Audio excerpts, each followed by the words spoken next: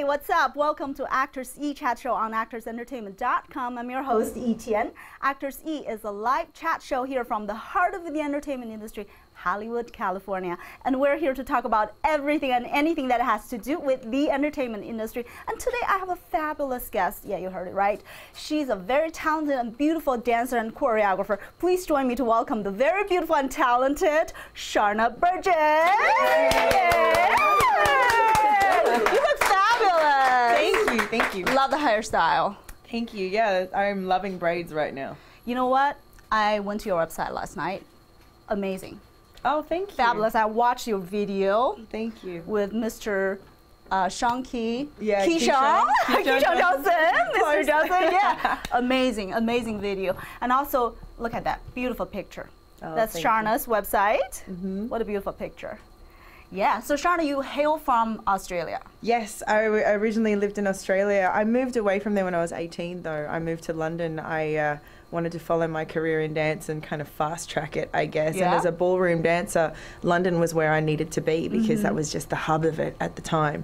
And so I packed my bags and moved to London, and I'm an only child, so my parents were seriously not disappointed, but just sad to see me go, but also very proud of me for having that courage to do it. So it was the best move I ever made. I spent 2 years in London, and then only after 2 years I got picked up to start touring around the world with a show called Burn the Floor. So that's awesome. Okay, now let's go back to your hometown. We really want to know something about your lovely hometown. So which city in Australia? Well, it's kind of interesting. I sort of grew up everywhere for a while. I was born in Brisbane, and then when I was about 1 or 2 years old, I moved to a country town called Wagga Wagga. Okay, wait. So a country town. Are they artsy? Like... No, not at all. This not was at all. Real country town. Like, it was just... Like cows everywhere. Cows everywhere. I mean, not everywhere, but definitely a lot of farmland. We had a little town sort of centre. It was about 60,000 people when I was living there at the time. Wow. So it was actually really wonderful to grow up there. We had a huge man-made lake, and we'd spend every summer just skiing on the water. Beautiful, right? Just so beautiful. But at 13 years old, I moved to Sydney because my dad was a part of building Homebush. He is he's in construction and earth moving, and so moving to Sydney, the big bad city. But it was wonderful. I fell in love with it. I fell in love with the fast life and the opportunity, and it was just it was wonderful. I was there till I moved to London, basically. Oh, cool. So I did some research on you. So at age of 5, you started training. Yes. And that's like most people just barely started walking, you know? Yeah, true. But right? I mean, training is a harsh word. I mean, it was really baby jazz and baby ballet, and you just finding your foot with it, your feet, and seeing if you can move and seeing if you have rhythm or balance. And my parents quickly found out that I did, and that it became my favourite thing in the world to do. But at that age, I was also playing, sports, especially till we moved to Sydney. I was in basketball. I was playing football. You're super athletic. Yeah, and I just love to stay active. Active. But and especially being in a country town with not that many things to do, it was sports and it was dance. So growing up as a kid, I was extremely busy. And then when we got to Sydney was when it became time for us to pick, because it's the city and everything is so much more time consuming to get to and expensive.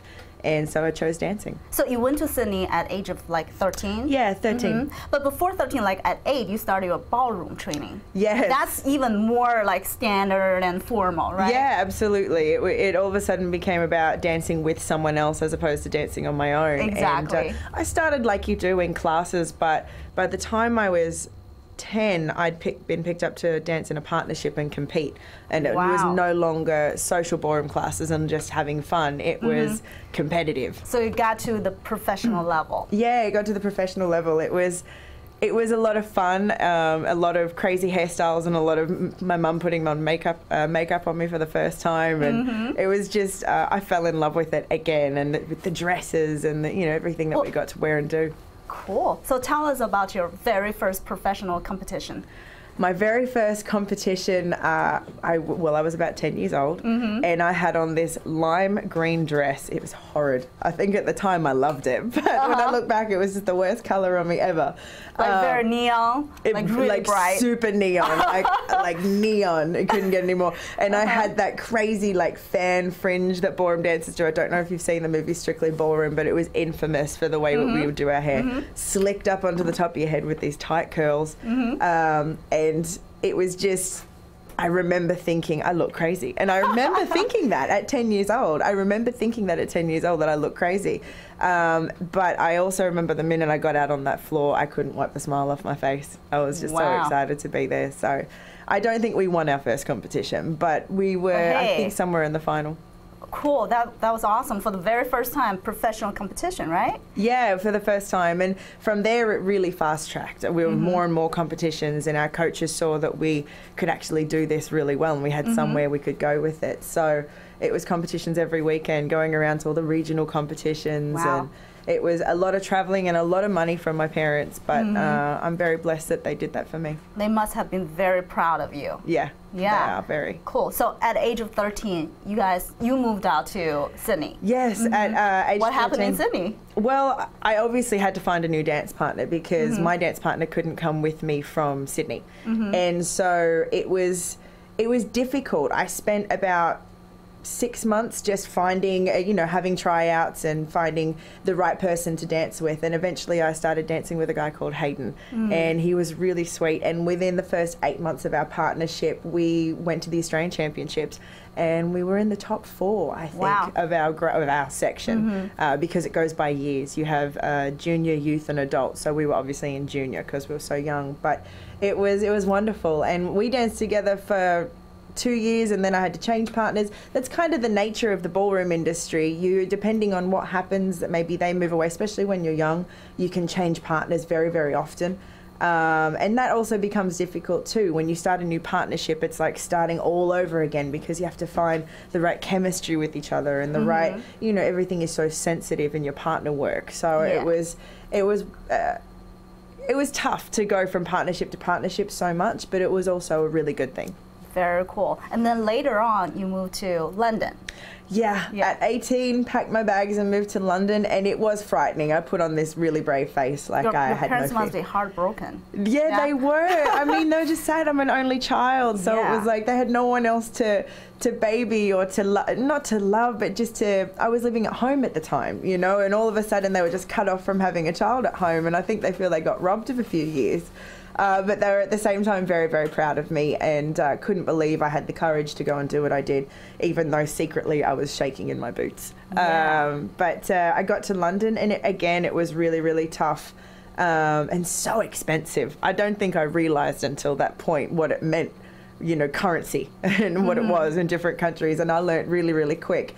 But within the first 6 months, found myself a great partnership and with a guy called Patrick Helm, and we actually danced together for nearly 10 years. Wow. Yeah, and he's, such a big part of my life. He's just a wonderful person, and we went through so much together in our career. We started touring together and did Broadway together, so it was special to meet him. That's awesome. I want to talk about one of your highlights in your career. So you performed at the closing ceremony at 2000 Sydney Olympic Games. That was huge. Tell us about your experience. Oh wow, it was. I remember standing in the alley before we would run out onto the stage, and just feeling everybody cheering, and that's like 80 to 100,000 people in that audience, and then every single camera was flashing, and then to realize there are literally so many millions of people over the world watching you.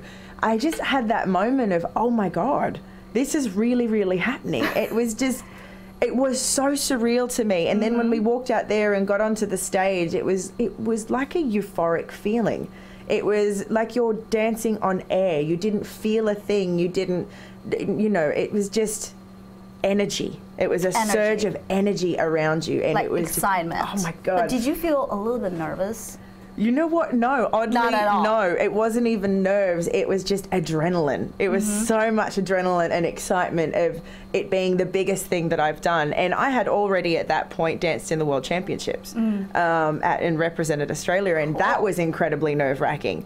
But that experience, standing on that stage at the closing ceremony for Sydney, was just an epic memory that I could never ever forget. And I think it changed me a little bit. It made me realize the enjoyment that you can get from entertaining people so much, because before that I'd just been competing and that was all for me. But when we were performing for someone else with no judges watching you, and no matter whether you're first, second or third, it was purely to entertain. That was the first time I fell in love with that feeling. And wow. You know, no doubt that's where I ended up in my career, but it was just wonderful. And that was such an honor. It's like you were representing Australia, the whole nation. To be selected to do that, even out of the thousands of dancers in Australia, was just about as special as it was dancing for Australia in the World Championships. That's so awesome. And you also dance on a lot of really hit shows in Australia and Holland, right? Yeah. One of them is called Dancing with the Stars, Australia, and we're going to have to talk about that later. And you're watching ActorsE Chat Show. I'm your host, Tian. We're going to be right back after a word from one of our sponsors.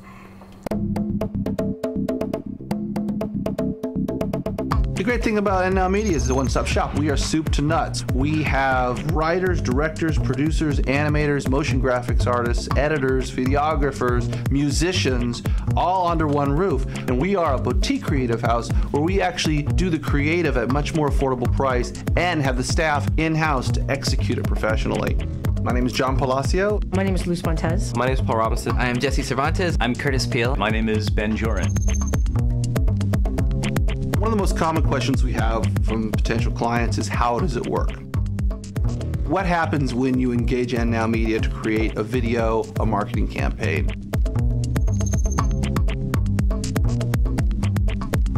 It first starts with, obviously having the phone conversation with the client.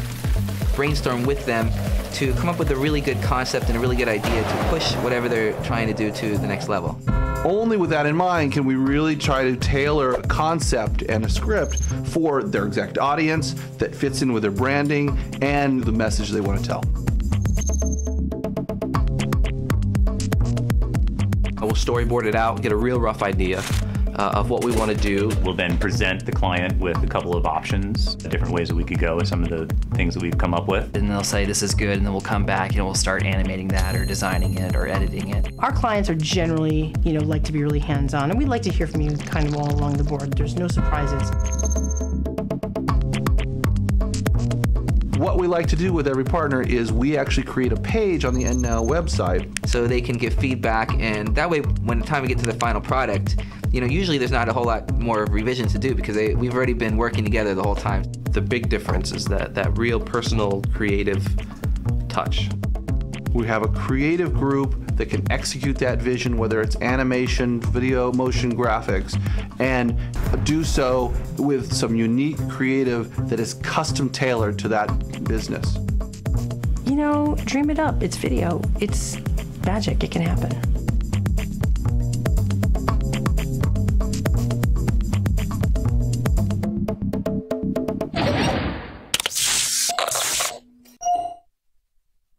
Hey, welcome back to ActorsE Chat Show on ActorsEntertainment.com. I'm your host, Tian, and we have a special guest today, the beautiful and talented dancer and choreographer, Sharna Burgess. And now let's take a look at www.ActorsReporter.com. Okay, now simply click Actors Discounts and you can find all sorts of fabulous discounts, work with our fabulous sponsors. There you go, look at them. All right, now we're back with my beautiful and talented guest today, Sharna Burgess. Okay, Sharna, we're talking about you were on so many hit shows, dancing shows, like Dancing with the Stars Australia. So let's talk about that show. Dancing with the Stars Australia tried to get me to be a regular pro on the show years ago. To train the stars in Australia? Yes, to train the stars and compete with them. But I was already on tour with Burn the Floor, so it wasn't viable for me to leave what I was doing and go and do Dancing with the Stars. But I did come back and guest appear and perform on the show quite a bit, which was also really fun. And I know all of the dancers that were on there, so it's kind of like going home, a little bit like Dancing with the Stars here, actually. We've all known each other for such a long time that it's always fun to turn up and perform with everybody. But yeah, twice I think I performed on Dancing with the Stars in Australia whilst I was home in between tours.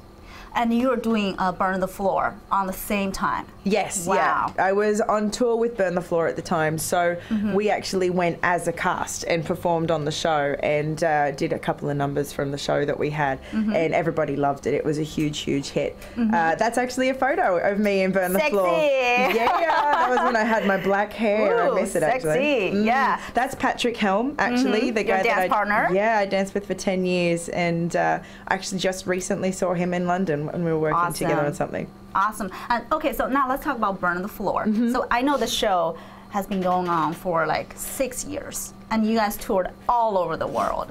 Yeah. The show itself actually has been going on for 13 years. 13 years, wow. Yeah. 2009 or 2000, no, sorry, 99 or 2000, I think it originally was born. But I was only a part of it for 6 years. For 6 years. And it was just, I think, the most incredible 6 years of my life. I learnt more about myself as a dancer on that show than I learnt in all of my years of competing. I was mentored by someone, Jason Gilkison, who is a huge choreographer, does a lot of stuff here in the States, and also the choreographer of Burn the Floor. And it was just, it was wonderful. For the first time, he taught me how to not try and be a dancer looking for judges to mark me first and trying to please. Be a dancer for myself. Who are you? What are you as a dancer? What do you want to portray? Like, bringing your real life situations onto the dance floor, very, very much like acting. And it opened up a whole new world of creative expression for me, and I found a new love for dancing. I didn't think I could possibly love it more than I did, and yet it all of a sudden became like therapy for me. I had to absolutely do it. And living my experiences every day on stage and getting to go there and do that and share it with such wonderful people on Burn the Floor was, I think, my favorite experience of my life. And I've done some wonderful, wonderful things, but the growth in me as, you know, my young 20s when I joined was insane. The person that I started as and the person I ended up being was just an incredible journey. So. Well, what a great point. And I think whatever he told you is like embrace yourself and then bring yourself to a different, unique level. Absolutely. Awesome. You know, and it's so funny that as a competitive ballroom dancer, I never thought to do that. It was always about, you know, what do the judges want to see and what does my coach tell me to do, not who I am as a dancer. It was all about, it was kind of a little bit being fake. And I don't want to say that for everybody in the ballroom competitive industry. That was just my experience. And so when I again, like at the Sydney 2000 Olympics, I started performing on a stage with not worrying about judges or who was coming first, second or third. It was just to entertain, and I found my home. I absolutely found my home. And I remember my very first show with Burn the Floor. We were, I think, in Japan. No, I lie. We were in Korea. We were in Seoul. And it was out of this world. These people were mosh pitting at the front of the stage by the end of it, and we had this section where we had to go down into the audience, party a little bit, do a little choreography, and then come back in. And I got mobbed by people. They wouldn't let me out. I had to get security to pull me out of the audience. And I remember thinking, but I'm just a dancer. You know, how is this happening to me right now? And it's because it was just performance. They treated us like rock stars, and it was the first time I ever really felt that. And I thought it was kind of crazy being a dancer to get treated like that. But I fell in love with it at the same time, and I just knew in that very moment that there's no way I could leave this. It was my home. I think you brought out the best of you, and people could really feel it. Yeah, absolutely. Awesome. It was amazing. I still can't help the smile on my face when I think about that first show, actually. Yeah, what a great feeling, right? Yeah, incredible. Okay, now let's talk about So you think you can dance Holland. So what happened there? Well, I was with Burn the Floor, and they asked us to guest appear because we're doing so well in Europe at the time. And so we did a guest performance on So You Think You Can Dance there. And it was a lot of fun. It was very much like So You Think You Can Dance in any other country, with all their young talent around, and we got to see some of them perform, which was incredible, just to see the different talent in different countries, because I guess you don't really think about it. But it was a wonderful, wonderful show. We did a really great piece there to Madonna tick-tock, tick-tock, tick-tock. What is that? 4 seconds to save the world. A long time ago. But it was again really, really wonderful with Burn the Floor, and a memory I'll never forget. Awesome. Okay, so you were doing great in Europe, and what happened to Hollywood? So what brought you to Hollywood? Well, I never really thought I would end up in Hollywood like this. I mean, I know that Dancing with the Stars was trying to get me since 2009. They saw me on Broadway, and they approached me to be a part of Dancing with the Stars all the way back then. But because I was contracted to Burn the Floor for such a long time because of our Broadway contract and the tours afterwards, I couldn't actually agree to do it. And it wasn't until 2011 where I was actually free and out of a contract, and they asked me in the first half of the year if I could join. At that point I was choreographing a movie in the UK, and so I couldn't do it for the March season, but they said, well, that's it, we need you for the August season. There we go. That's a movie. That's Street Dance. Yeah, that's Falk Henschel and Sophia Botella, who were our 2 leads. Sophia is actually the lead Nike girl. And Falk is now doing really great in his acting as well. But that was such a wonderful experience to choreograph on that film. And as soon as I was done with that, Dancing with the Stars poached me and brought me over here for the August season. That's awesome. And your very first celebrity guest on the show, the star on the show was? Andy Dick. Andy Dick. All right, so what's up, Andy Dick? So what's up with him? You know what? There he is. Oh, Andy. I mean, you know what? He's just, underneath his demons, he is the most wonderful person. He really, truly is. And that was us our first week, actually. We'd just done our waltz, and I was unbelievably proud of it. Sorry, Foxtrot. And I was unbelievably proud of him, and I just couldn't believe how much he'd accomplished in a short time and how far we'd come. That was our rumba. That was our last dance that we got to do. That was actually a really special piece to me. One of my favorite movies in the world is Singing in the Rain. And that I recreated one of the scenes from Singing in the Rain with him, and he did it so well. That I think is one of everybody's favourite pieces that he did. He was Zorro. And because we had the theme tune to Zorro for our Paso Doble, and so of course I dressed him up as Zorro. He flew in on a zip line. That was actually when we were eliminated. That was our final goodbye when we were in the bottom 2. This is our cha-cha. This was week 3 or 4, I think. And I wore a catsuit that got a lot of attention. But we danced to Rod Stewart, Do You Think I'm Sexy? Yes, you are sexy. For sure. Thank you. Okay, so Sharna, I have a question for you. So you're a great dancer and choreographer. Yes. And you're a celebrity guest on the show. A lot of them, I would say most of them, have no experience at dancing at all. They probably never even moved, right? You know, like short of shaking it in the club every now and then. Right, I think none of exactly. them have had that experience. Yeah. So for that, like, people have absolutely no dancing experience. How did you bring out that, like, the ability to dance with you? And to most people we know, like, for guys, they have to lead girls, right? So how can you teach them from the very beginning? You have to start with the basics, you know. You have to start with, first, how do you walk as a dancer, and what your posture is as a dancer, and how your frame, and what our connection means through your arms, and that's how you lead. And so it's a very important thing to start with that. But then it's just practice, practice, and practice, and we have to choreograph the routine based around their abilities and what they can do.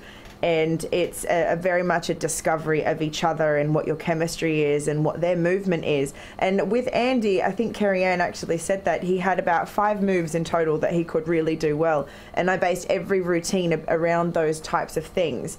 And then he'd learn something else on top of it every week. So it's definitely like a building block game that we do, and getting them to trust us as much as we can. And they just dive headfirst in, and that's what Andy did, and that's what got him to week 7. Wow, that's so awesome. Okay, I think we have a fan question for you. Yeah, we have several, I guess. Yes, we do. But first, let's take one from Bismarck, North Dakota. Hey. The question is, you were so nice to Andy Dick. Was he nice back to you?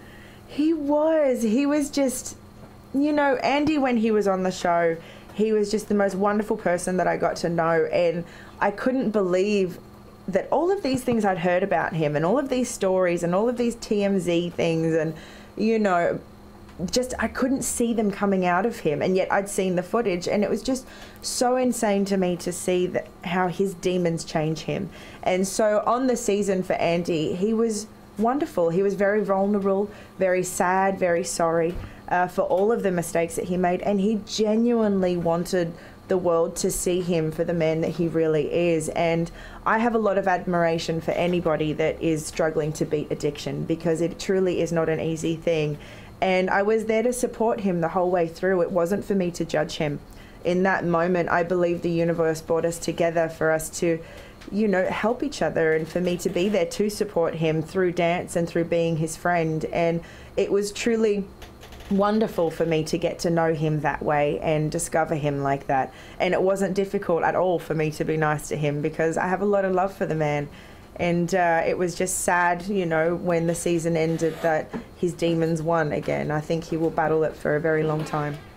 But it was fate to bring you two together. I think so. You know, I think Dancing with the Stars was such a great opportunity for him to see if he could do this, you know what I mean, and prove to himself what he's capable of. And he proved it to himself and everybody else that he can be driven and he can be focused, and he is a talented man and can entertain the world one step at a time. But unfortunately, it wasn't in his path to continue his sobriety at that point. But week 7, that was pretty awesome. Yeah, week 7 is amazing. We should say congratulations. Seriously. Thank you. Okay, we have another fan question for you. This question is from Florida. The costumes that you wear, Sharna, on Dancing with the Stars are beautiful. Do you get to keep them? I wish. I've asked. I love the costumes that I've been able to wear on Dancing with the Stars. They have just been really special to create and design with our wardrobe team. I get to do some really, really fun things actually on the show, and they seem to love putting me in cat suits right now. Because you're sexy. But I wish I could keep the costumes. A couple of us actually asked for Halloween if we could borrow some of them, and I wanted to use my poker face costume from my season with Andy Dick, but unfortunately they wouldn't release them because the odds of them being destroyed is too high on it, like a Halloween night. So, but sadly I can't keep them. I wish I could though. Those are fabulous anyway though. Yeah.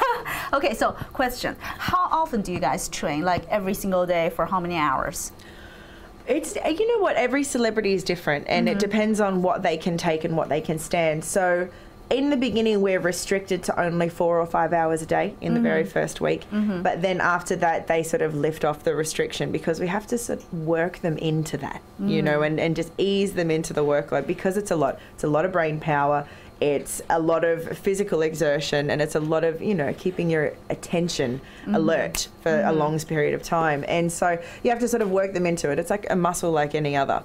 And but by the end of it, Andy and I were doing sometimes 12-hour days. Wow, that was a long day. Sometimes 12-hour days. It was crazy. But we started off at, like anyone else, at the 5 mark. And then it wasn't, I think it was week 2 already that he was like, no, I want 8 hours. And then it was 10 hours. And then it was 12 hours. So, but I commend that. I will be in there with you every hour of the day. So very cool. And when we are back, we're going to have to talk about Keyshawn Johnson. How's that? All right. You're watching ActorsE Chat Show. I'm your host, Tian. We're going to be right back after a word from one of our sponsors.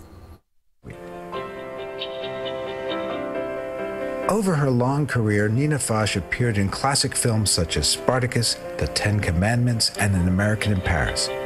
She received an Academy Award nomination for her performance in Robert Wise's Executive Suite. In 1965, Nina Foch arrived here at USC to begin teaching directing, and I was lucky enough to get into one of her first classes.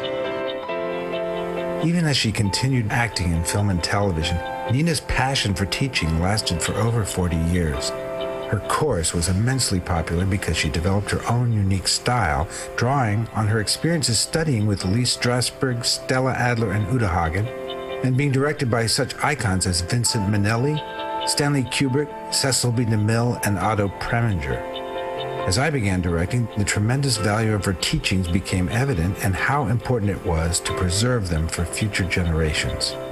We became close friends, and at a cinema department event, we ran into my former classmate George Lucas who invited us up to Skywalker Ranch, where we discussed creating a DVD of her course. He agreed to finance it, and on January 10th, 2002, we began taping an entire semester using a crew of USC film students. We filmed for 8 hours a week for 15 weeks, and this is the result. Okay, so what are we going to do this semester? Hey, welcome back to ActorsE Chat Show on ActorsEntertainment.com. I'm your host, Tian. If you go to ActorsReporter.com and simply click Actors Discounts, and you can find all sorts of fabulous discounts. Work with our fabulous sponsors. And now we're back with my beautiful and talented dancer and choreographer from Dancing with the Stars, Sharna Burgess. All right, we have a fan question. Okay. Yes, we have a fan question from Las Vegas. Las Vegas, baby. What do you enjoy more, dancing or creating dances? Oh, that's Good a really question. tough question, actually. I think in the last couple of years, I've really come into my own with creating and choreographing and almost artistic directing, really, because when I see a piece, I don't just see steps. I see the entire thing. I see the stage, I see the set, I see the lighting, I see the costumes and the makeup. And that's definitely something that I want to explore more. But I don't think I could ever beat the love of dancing on a live stage and or a live TV show. There's something about that rush that is just incredible. And I don't think I'll ever love anything more than that. You know what I mean? But as far as choreographing goes, I have so much joy in the creative process and the putting it together and all the bits before it goes on. Then when I'm standing on the other side of the camera watching everybody else, I'm as nervous as I could possibly be, because at that point I have no control, which is tough to let go. But I think it's definitely hard to say one or the other, but probably dance, because it's always been my first love and it's something that will just resonate with me forever. And you have the direct connection with the live audience. Yeah, you have the direct connection with the live audience. You get lost in the music and the sound and the moment and where you are, and it's that freedom of expression and creativity that is just so wonderful. And it's all, like I said, it's like euphoria. It's very euphoric when you're in the middle of that moment and you lose yourself in it. So the day that I can't dance anymore for me is going to be a really tough day. If my legs don't work one day or whatever it is, praise that it doesn't. But yeah, my first love is going to be performing live for people and entertaining. But you're a great choreographer too. So when we're talking about choreographing, so you were the lead choreographer for the movie called Street Dance 2 3D. Yes. And I heard like you're so unique because you're creating a very special style, like of the combination of Latin and hip hop. Yes, it was. I was the lead Latin choreographer on the film, and we had Rich and Tone Telwega, who are huge artistic directors and hip hop choreographers. They toured with Michael Jackson from when they were 16, 17 years old. They're amazing, and they taught me so much about the business and just about choreographing for a movie, because I'd choreograph for many other things but not a movie, and it's a very, very different thing. So, but putting together all of the Latin stuff, I wanted to make it different and I wanted to make it special, and it was really more salsa based and Afro-Cuban based, and I wanted to put these dances in a scene that could rival a hip-hop battle. I wanted it to look like we could stand up against the rest of the hip-hop dancers, because you may not think that about salsa dancing. You might think, oh no, it could never. It's not a battle dance. And so we actually got a boxing ring. We built a big boxing ring and created the boxing ring battle scene. And it was just one of my favorite things that I think I have ever created. It was difficult. Oh, there it is. There's a little bit of it. This is the boxing ring that we use. This was one of the training sessions. This is a scene right before a blindfold tango piece that I had to choreograph, and it was just all of that entire movie. Choreographing that whole thing was just an epic moment for me. And creatively, it pushed my boundaries and it pushed my limits, which is something that I think I was really, really looking for. So, but when I saw the finished product and I saw those dance scenes, I was just blown away, and I was like, wait, was that me? I did all those. Did I really do that? I created all the styles. It was incredible, and I remember, I still look back at it now and think, oh yeah, we did that. This is actually our hip-hop crew. This is Lilo. You can see he's on the the right.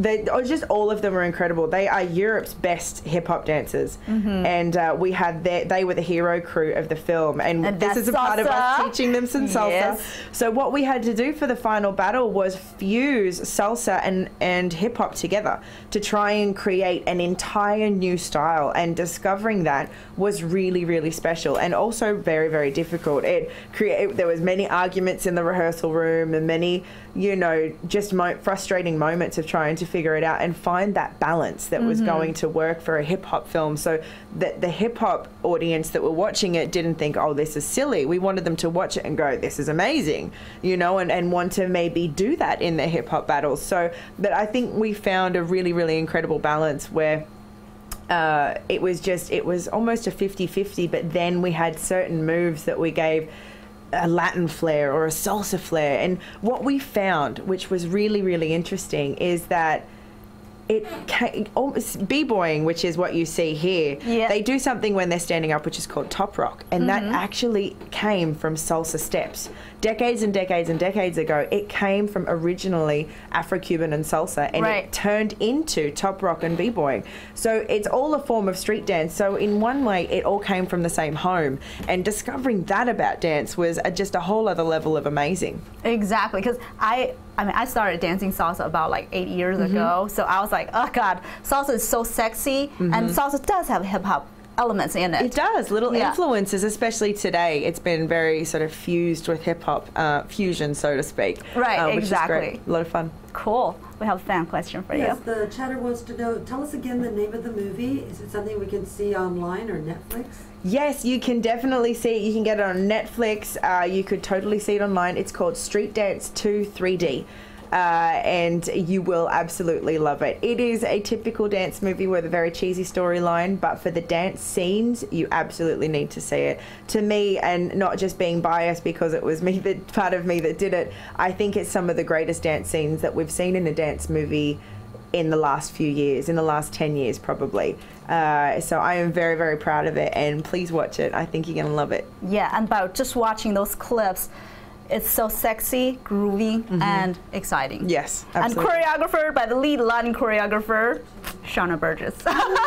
Yay. Okay, now let's go back to Dancing with the Stars. We're going to talk about Mr. Keyshawn Johnson. Yes. All right, so he's a pro athlete. Yes, he is. He retired in 2007.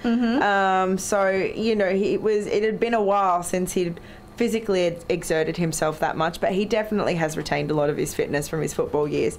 But he was 6'2", 6'1", 6'2", somewhere around there, and I'm 5'4".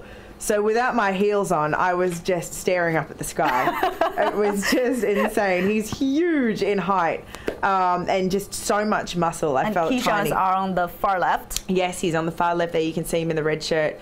It was really so different dancing with him to Andy Dick. They were very, very different personalities, where Andy was so ready to dive in head first, no holds barred, not worried about embarrassing himself, almost wanting to embarrass himself to have fun and entertain, whereas Keyshawn was more reserved about the whole thing and very nervous about what he was going to be seen as. And not that he's thought anything bad of dancing or ballroom dancing or the show, but just he was very, very nervous to let himself go and sort of give it a try. And in the rehearsal studio, he was great. And in the rehearsal studio, he would give it everything. But the minute we got onto that stage and the cameras were on him, it just went blank, and we lost a lot of the moves. And this was our second week where he actually gave it a lot more, but unfortunately with the new voting system, we got eliminated. I think if it was the old voting system, we would have been kept in. But he was, oh, look at him go. He was like, yes, I'm going to give this everything I've got. Let's go. But oh, look, and bless him. He's such a wonderful person. He really is. I called him a gentle giant. He's so sweet. And he looks like a little bear, right? Big bear. A big bear. He's a big bear. But, if only he just had the courage to let go on week 1 like he did on week 2. And for 2 weeks afterwards, he was constantly saying to me that he's so sorry that, he just couldn't give it everything on that first week, and that, you know, but I understand that, you know, not everybody can walk onto this show and go, whatever, I'm in. Actors can, because you're used to it. Singers are used to being on a live stage. He is used to playing in front of 80,000 people, but by being himself. You know what I mean? Coming out and doing a cha-cha to him is like, cha-cha what now? You know what I mean? Like, what am I really doing? And you want me to do what with my hips? You know, so it was tough for him. And I really wish we got through that one more week, because I think we would have seen him grow so much through the competition, and he would have shone like an athlete usually does on the show. Exactly, it just took him a minute to warm into it a little bit. Yeah, I actually watched the video of the very first week performance, and you were dressing like really sexy, like those gold pants. There you go. There they are. There's those gold pants. They got so much Twitter attention that it was unbelievable. I had an abundance of tweets about those pants. It was incredible. I believe talk shows actually mentioned them. So I was like, very hot pants. All right, yeah. We have a fan question for you. One of the chatters asks, Sharna, are you planning on being on the next season of Dancing with the Stars? I'm planning on it. I'm hoping, I keep all my fingers and toes crossed to be on it. We don't find out literally until a week before we start training with our celebrity, and that is the honest truth.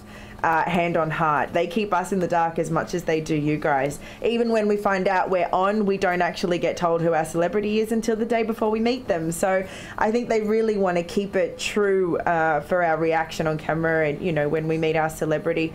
But it's really difficult to not know whether you're going to be on or not. But hopefully, fingers and toes crossed, you know, they love me and they want to have me back, and they want to see more of me, and you guys want to see more of me. So yeah, bring on March. Well, we love you. We'll vote for you. Okay, we have another fan question for you. Sharna, do you ever do any modeling?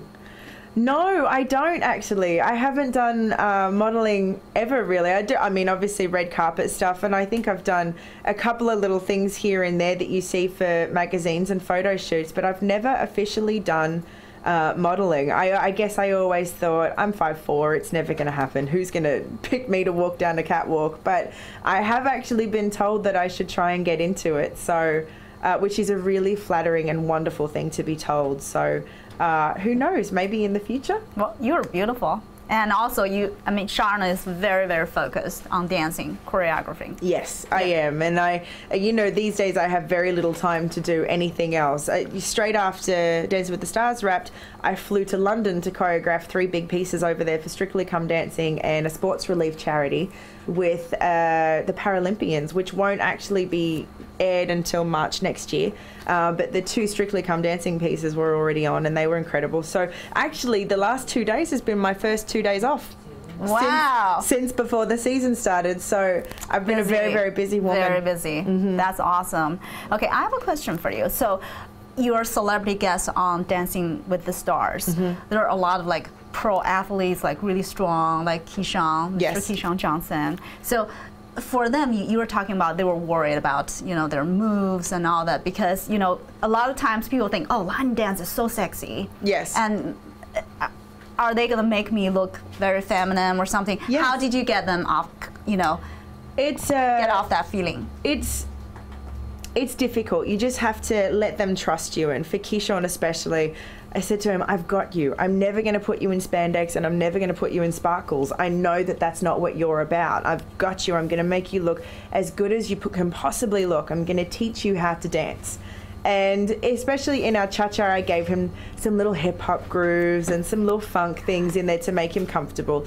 And he then became comfortable with the movement and felt like he didn't look feminine, and he, you know, he was happy with what we were doing.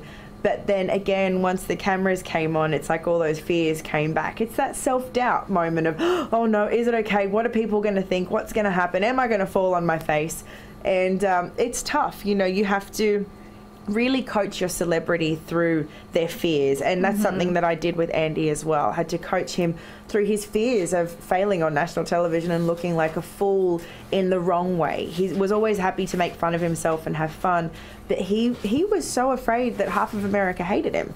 or if not all of America. And he thought that he was going to come on TV and be booed off the stage, off our live audience. And it was just teaching him to not have those fears and overcome them. And you'll find that celebrities on the show actually overcome a lot of their fears, especially with performing live and personal things. So it's wonderful to see that and be a part of that. Right. So basically, as a pro on the show, you guys' job is pretty tough because you're helping them to move, but not just physically, but psychologically, right? To conquer their fears. Yeah, it's we go from dance coach to life coach to best friend to, you know, shoulder to cry on, all in within the space of 10 minutes sometimes. And we have to be ready for that no matter what happens. And I think the greatest art that you can have on a show like Dancing with the Stars is patience. You know, we have to realize that it's not about us, it's about our celebrity, and that is all you really need to know. You know, you have to be a great teacher, of course, you have to be a great dancer and a great choreographer, but the greatest skill you can have is to realize that you need to nurture them the whole way through and create, even from creating a routine. It's not about steps that I like to do. It's about steps that look good on them. It's not about whether I look good. It's about whether they look good. And I think your celebrity ends up seeing that and feeling very, very comfortable with you, and then they trust you. And once you have that trust in your partnership, then pretty much anything is possible. I love that show, Dancing with the Stars. And it's such an honor to talk to you. Thank you. And you're such a beautiful and talented dancer and choreographer. Thank you. All right, so we have a lot of actors and dancers, singers that are watching our show. Do you have any advice for them? Just, it is a really tough road to get to where, to reach your dreams. And my road to my dreams was certainly difficult. And I know us talking about it, it sounds very blessed, but believe me, it went through its ups and downs. And I truly thought that I was going to stop dancing. And I had those moments when I was living in London where I thought, this is never going to happen for me. And through your career, no matter what happens, you're going to hit speed bumps. You're going to hit blockages that you have to get through. You just can't let anyone tell you that you can't. As long as you have ultimate faith in your talent and you're constantly working on perfecting your craft and not just settling with being happy with where you're at. You constantly have to push forward and push for more and learn more and strive to be the absolute best that you can possibly be. If you do that, you'll find happiness within your own self and your craft and pride in what you've achieved. And the universe can't help but notice someone that is striving for their dreams, that is giving it absolutely everything they can. And you might not know where that opportunity is going to come from, but it will come. And it may not even come within the first 5 years, but if you give up, then you'll never ever know. And that the best advice that I can give you is, as corny as it sounds, never ever give up and never ever stop striving for your dreams and perfecting your craft.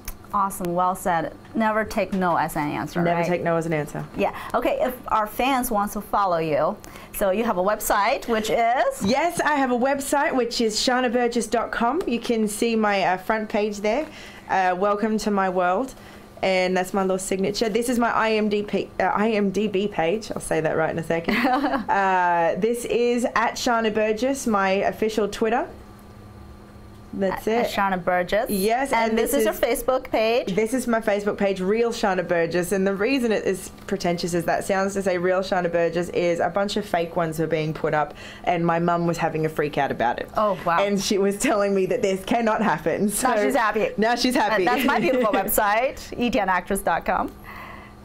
And that's my IMDb page. It's a beautiful photo. Thank you. And that's my Facebook. Or my Twitter. All right, well, Sharna, thank you so much for being on our show, and such an honor to talk to you. And thank you so much for sharing your Dancing with the Stars experience with our fans. No problem. And we hope to see you again, absolutely, on the Dancing of Stars next season. Absolutely. And you guys vote for Sharna Burgess. And thank you, all of your viewers, all of our viewers and chatters, for joining us on ActorsE Chat Show. And we're here from Monday through Friday from Hollywood, California, ActorsE Chat Show. And we surpassed 5 million viewers. Woohoo! And we really, really appreciate you. Want to see all of our today's show? Just go to ActorsEntertainment.com and put the talent's name in the search box. For example, today's Sharna Burgess. Also visit Actors Entertainment on imdb.com, and that's the internet movie database, to see some of the 1,000 plus entertainment industry guests on ActorsE Chat Show. And please follow Actors Entertainment on Twitter at Actors Entertain, and join us on Facebook at Actors Entertainment fan page. And don't forget to click the little check mark to like us. Please stay tuned for our Actors Reporter animation, which won Best Animation at the Telly Awards. Great job, Pepper J Productions and Now Media. And Sharna, do you want to hold this with me together? Sure, we let's do it. would love to thank the Academy. We would. We would. Thank you so much, Sharna. And thank you guys. See you soon. Bye. Bye. Thank you guys. What's that? ActorsE Chat Show? Happens to be my favorite. In the morning, I want nothing but a cup of coffee, a bottle of Kahlua, 6 naked girls. Wait, no, that's not right. ActorsE Chat Show.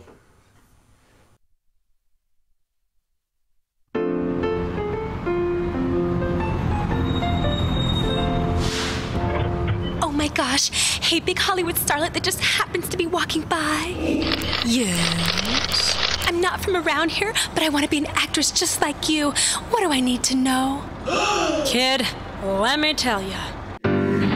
Whether you're a seasoned pro or a naive newbie like you, there's one thing you need to know. To get my first job, I lived in a slum, beat out 50 other girls to play a drunk bum. I cried. My first agent charged me 30%. Thanks. Working 3 jobs and I couldn't pay rent, but I'm an actor. She's an actor. A shark gnawed my leg on a beef film in Sydney. To pay for the stitches, I sold my left kidney. I finally made a union, their rules were complex. Their piles of paperwork fogged up my specs. But I'm an actor. She's an actor. I'm an actor. Well, that's rather disturbing, but what's the one thing I need to know? Don't listen to the critics. Don't follow all the tabs. Forget that sleazy photog and the agent that's got crabs. Go to Actors Reporter. ActorsReporter.com. Learn the tricks and the secrets without all the sweat.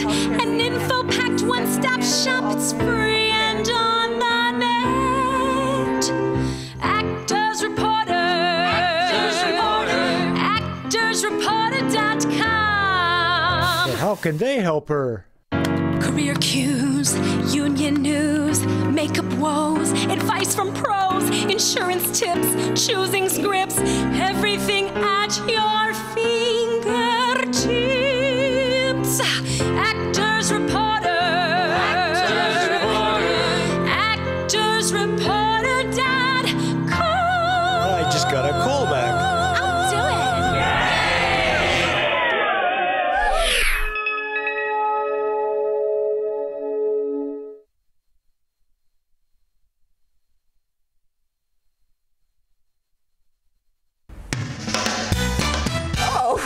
Hello, I'm Mary Jo Gruber. Thanks for joining us on ActorsE Live Chat Show. I'm just one of your ActorsE hosts, but as you can see, I'm also the ActorsE Live video editor, which means that I'm here, even when you don't see me. ActorsE is here to chat with you Monday through Friday at 10 a.m. Pacific Standard Time, or Hollywood time, as I like to call it. Our guests include actors, directors, producers, writers, singers, comics, and others that are all in the entertainment industry. You can see previous shows at www.actorsentertainment.com, and be sure to check out our guest index to find your favorite celebrities. See you next time. I'm working.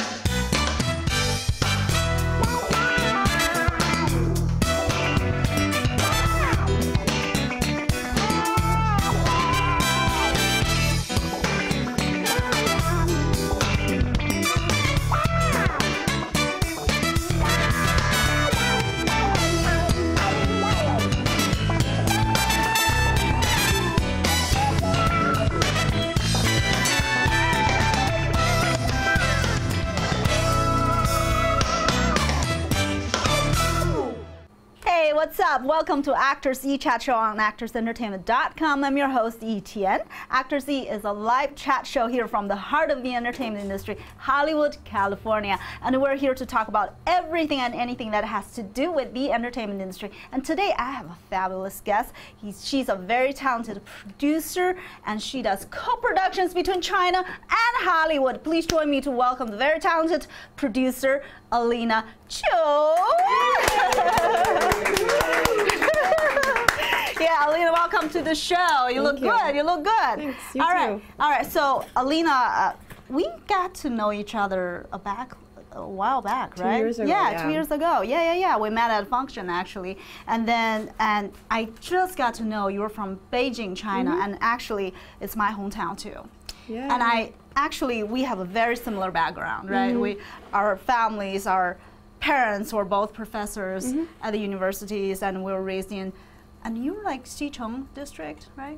Yeah. District? And I was from, I'm from Haidian district. So we just got to know each other, and like we're so close, like in Beijing. Yeah, we were. And yeah. And your background is very interesting. I know you were majored in finance, economics. Well, I had my major in literature and also management. So both. And you studied at Cambridge.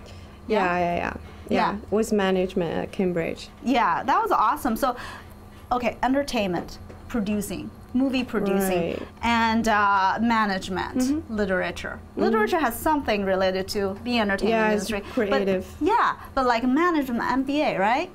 Yeah, with a master's, yeah. Yeah. So, management and movie producing. Not quite related. How did you get into this movie producing business? Yeah, I was actually not too long after I graduated from university. I was sort of looking for what I wanted to do with my career, and then it was an accident. I got called by a friend they told me there was a Hollywood movie in China and they wanted to hire bilingual people to help. So I wasn't sure I wanted to do it, but then they told me the pay was pretty good. So I was gonna. You go to where money goes, right? No, I was actually I wanted to travel across China to do some soul searching. So I went to and then they caught me. I was like, maybe it's not a bad idea to make some money before the trip. So that's how I got involved with Kill Bill. That was the film. It was actually one of the earliest Chinese, like Hollywood film that was made in China. Yeah. So it was supposed to, the story-wise, it was just supposed to be in Japan, but they decided to do it in China. For many different reasons. So and then I got involved. I was actually involved from the beginning to the end.